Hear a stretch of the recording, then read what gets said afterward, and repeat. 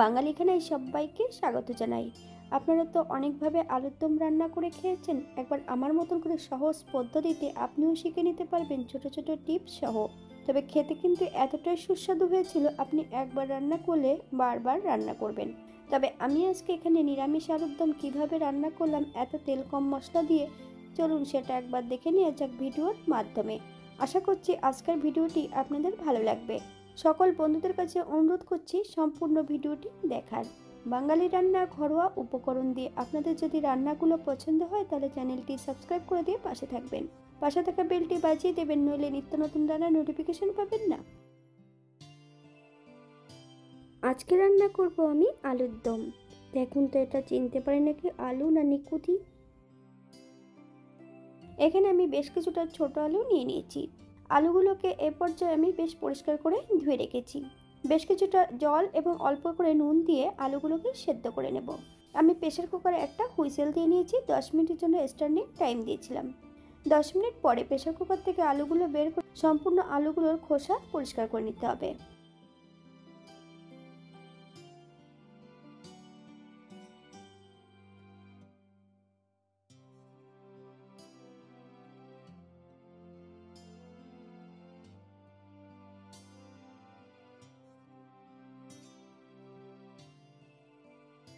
সম্পূর্ণ আলুগুলোর খোসা আমি পরিষ্কার করে নিয়েছি।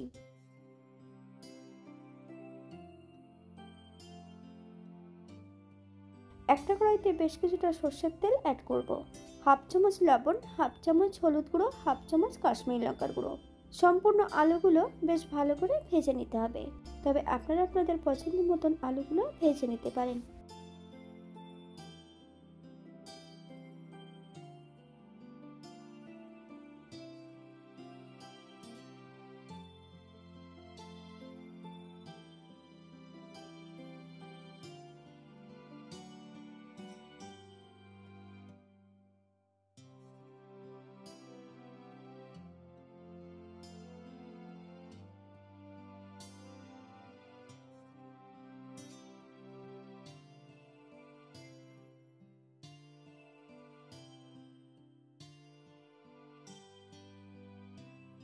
এই পর্যায়ে সম্পূর্ণ আলুগুলো তেল থেকে তুলে নেব।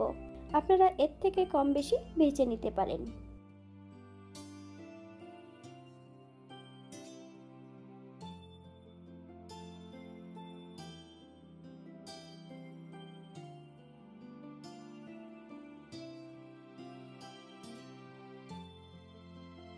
এই পর্যায়ে আবারও আমি কড়াইতে তেল অ্যাড করব।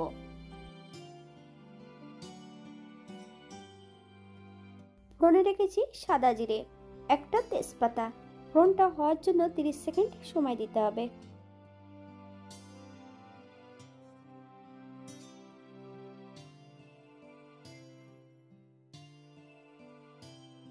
এই পর্যায়ে অ্যাড করব মিডিয়াম সাইজের একটা টমেটো, দুটো কাঁচা লঙ্কা, হাফ চামচ লবণ।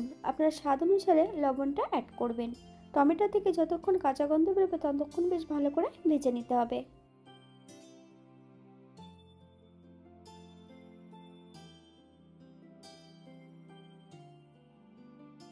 অপর দিক থেকে আগের থেকে বেশ কিছুটা মশলা বেটে রেখেছি। আদা, জিরে, ধনে, দুটো শুকনো লঙ্কা।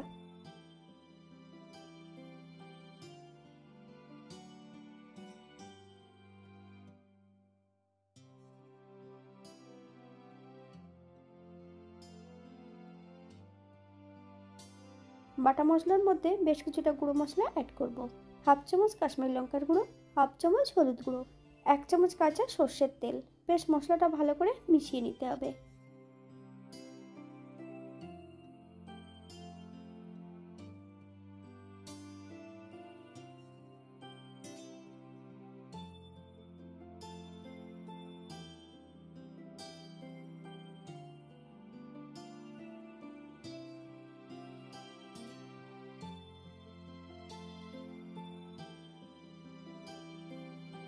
সম্পূর্ণ মশলার মিশ্রণটা কড়াইতে অ্যাড করে দেব। মশলা এবং টমেটো সহ বেশ ভালো করে ভেজে নিতে হবে।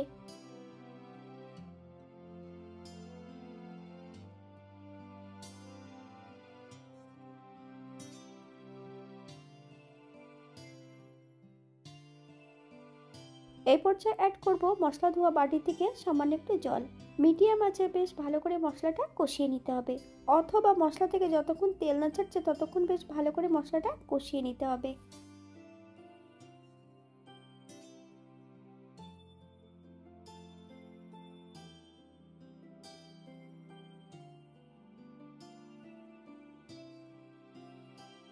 মশলা থেকে তেল ছেড়ে দিয়েছে।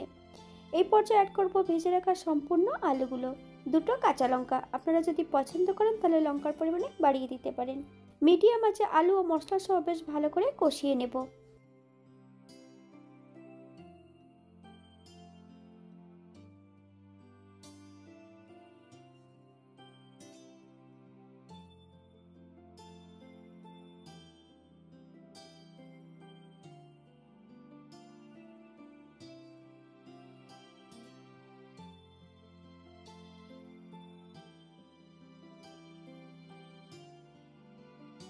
আলু কষানোর এই পর্যায়ে 2 কাপ গরম জল অ্যাড করব।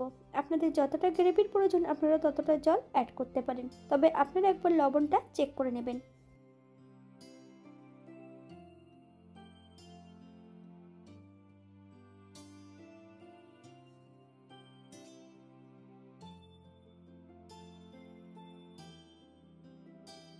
এই পর্যায়ে আমি ঢাকা দেব না, 5 থেকে 7 মিনিটের মতন মিডিয়াম আঁচে রান্না করে নেব। 1 চামচ চিনি অ্যাড করেছি, আপনারা যদি পছন্দ করেন তাহলে পরিমাণে বাড়িয়ে দিতে পারেন। 7 মিনিট পর এই পর্যায়ে অ্যাড করব 1 চামচ গরম মশলা বাটা, 1 চামচ ঘি।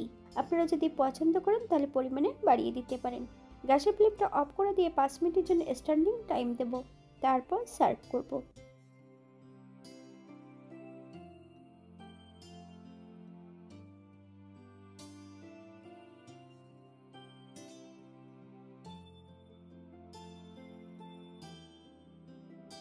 এটা দেখতে যেমন ভারী সুন্দর হয়েছে, এটা রুটি, পরোটা, লুচি সবকিছুর সঙ্গে অসম্ভব ভালো লাগবে। আপনারা বাড়িতে একবার একই পদ্ধতিতে বানিয়ে নেবেন। আপনারা যদি পেঁয়াজ, রসুন অথবা কাজু বাদাম, চালমগজ পছন্দ করেন তাহলে অ্যাড করতে পারেন।